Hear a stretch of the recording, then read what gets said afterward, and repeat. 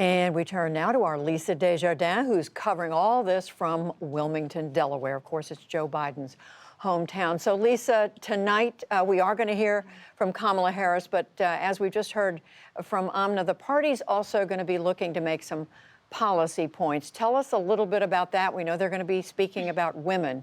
Share more. That's right, Judy. Tonight, the theme is called A More Perfect Union. But really, what Democrats are doing is they're talking about issues in which they believe there is a clear and very sharp divide between Biden and President Trump. Some of those issues, immigration, as Amna mentioned, also gun safety, gun violence, and one more, climate. Those are very big issues. Biden has extensive plans on several of those issues, including a $2 trillion climate plan, and they want to point out that contrast. We'll hear from speakers about all of those issues. But as you said, it's also a night for women in leadership. Hillary Clinton will be giving her speech. Hillary Clinton, of course, who lost by narrow margins in several states in 2016 to Donald Trump, is going to say to voters, don't make this a coulda, shoulda election, trying to implore them to make sure and vote. Then also we'll hear from House Speaker Nancy Pelosi, the woman who has achieved the highest ranks in the history of a U.S. government. We also expect her to talk about President Trump and talk about her personal experience with him, as well as contrasting her style and his. And Lisa, we know the main event tonight is the acceptance speech by Senator Kamala Harris, making some history.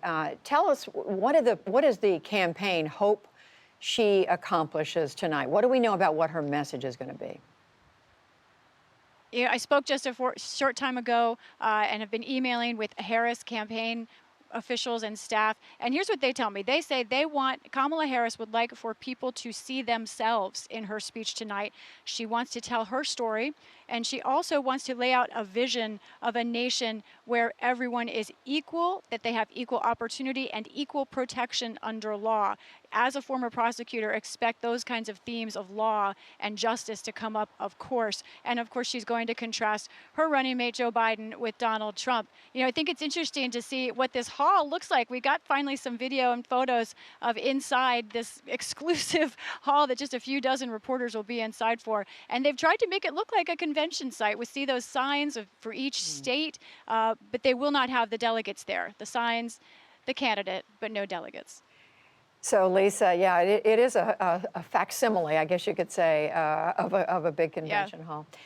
Lisa, we're hearing about some intra-party friction inside among Democrats this year, particularly about the amount of time being given to progressives, the time they're given for speaking slots. What do we know about that?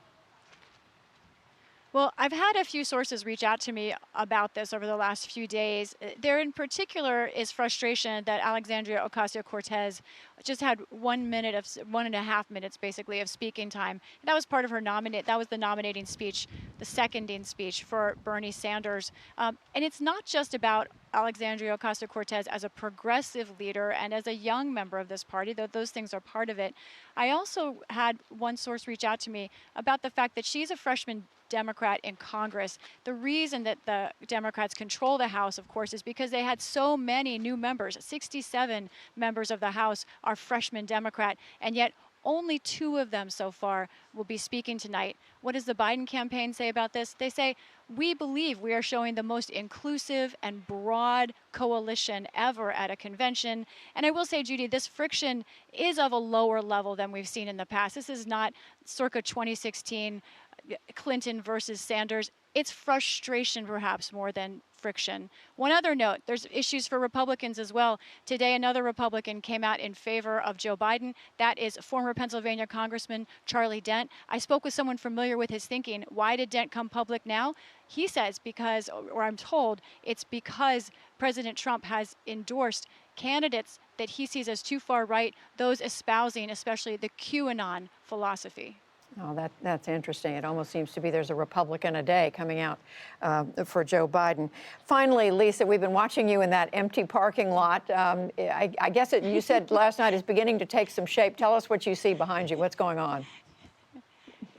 still a little bit lonely, but there's hope for the future in this parking lot. We have seen the movie screen go up. We do expect the drive-in theater of sorts tomorrow night. But I will tell you, Judy, security has changed significantly. Now there are double perimeters around all of this area. And I spent some of my time today traveling around the perimeter. I will say there's no signs of protest at all at this point, but there is a much more secure facility now. It's much more difficult to get in and out, but there aren't many people who are doing that. So you have to be credentialed now, which was different than a couple of days ago. And we'll see if that continues through tomorrow with the acceptance speech. Yeah. All right, Lisa Desjardins will be checking in with you a lot tonight. Thank you. You're welcome.